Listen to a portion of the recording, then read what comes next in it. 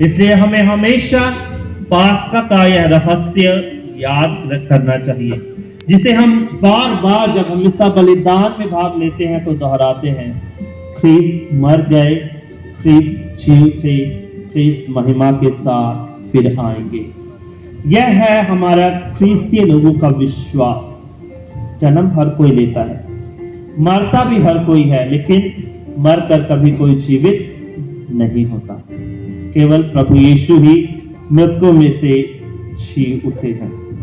और इसलिए बहुत बार हमारे मन में यह विचार आया होगा, जैसा यहूदियों के मनों में आया था, कि प्रभु यीशु जी उठे, इसका प्रमाण क्या है?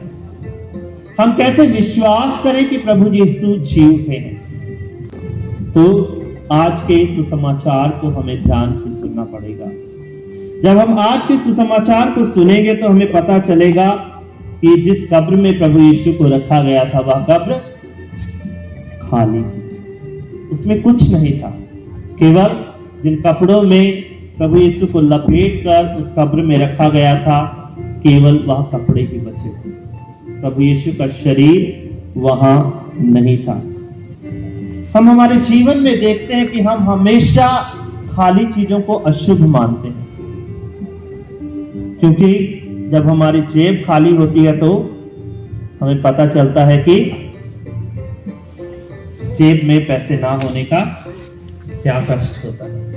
जब किसी की थाली खाली होती है तो इसका मतलब उसके पास खाने के लिए भोजन नहीं। जब किसी इंसान का जीवन खाली होता है तो इसका मतलब है कि उसमें ईश्वर का निवास है।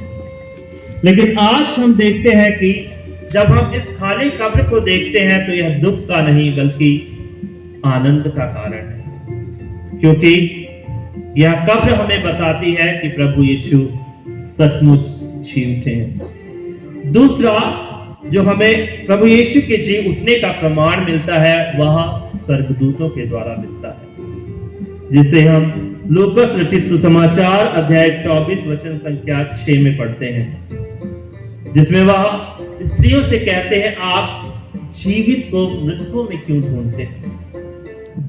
आज हम सब भी प्रभु यीशु से मिलना चाहते हैं, प्रभु यीशु को अनुभव करना चाहते हैं, लेकिन हम प्रभु यीशु को ढूंढते अपने सुख में ढूंढते हैं। अगर प्रभु यीशु को हम अपने धन दौलत में ढूंढते हैं, अगर प्रभु यीशु को हम अपने जीवन की व्यस्त समय में ढूंढते हैं, तो विश्वास कीजिए आप प्रभु यीशु को कभी नहीं पाएंगे। प्रभु यीशु को पाने के लिए हमें अपने दिल को खाली करना है। जैसे कि प्रभु यीशु उस खाली कब्र का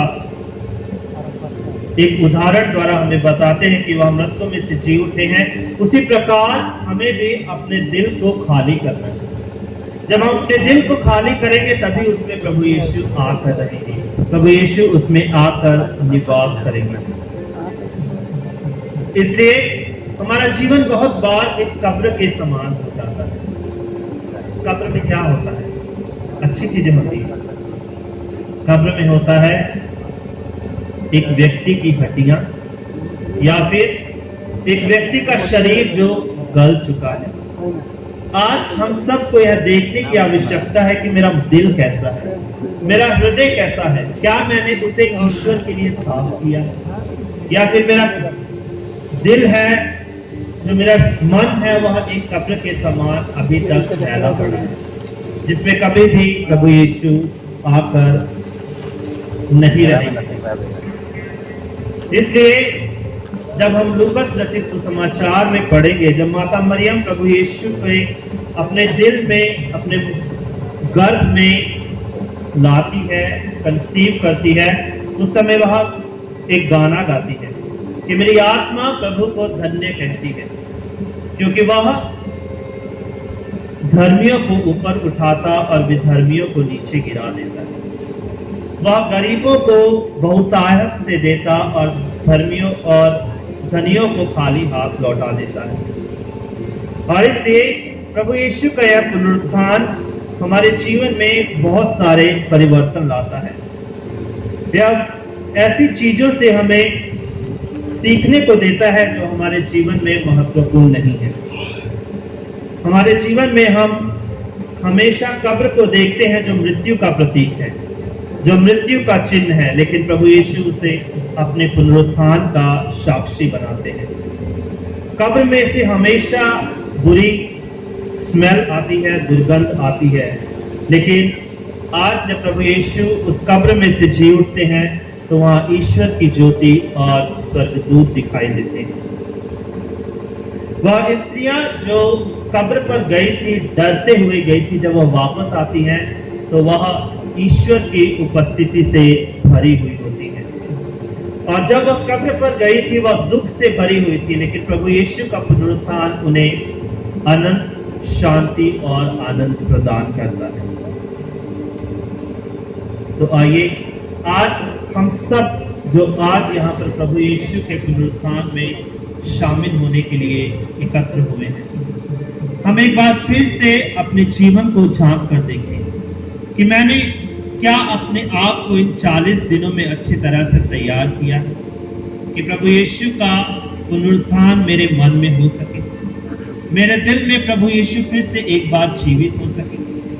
अगर ऐसा नहीं है तो मैं आपको कह सकता हूं कि जिस प्रकार आप 40 काल के पहले थे वैसे ही आप 40 काल के बाद में भी बने रहेंगे। अगर प्रभु यीशु का पुनरुत्थान हमारे जीवन में परिवर्तन नहीं लाता है, अगर हमारे जीवन में बदलाव नहीं लाता है, तो हमारा ईस्टर व्यर्थ होगा, उसका कोई महत्व नहीं होगा। तो आइए हम एक बार फिर से प्रभु यीशु के पुनरुत्थान को समझने की कोशिश करें, प्रभु यीशु को अपने दिल में जगह दें ताकि प्रभु हमारे दिल में आए और हम प्रभु का यह पास का योग्य रीति से मना सकें।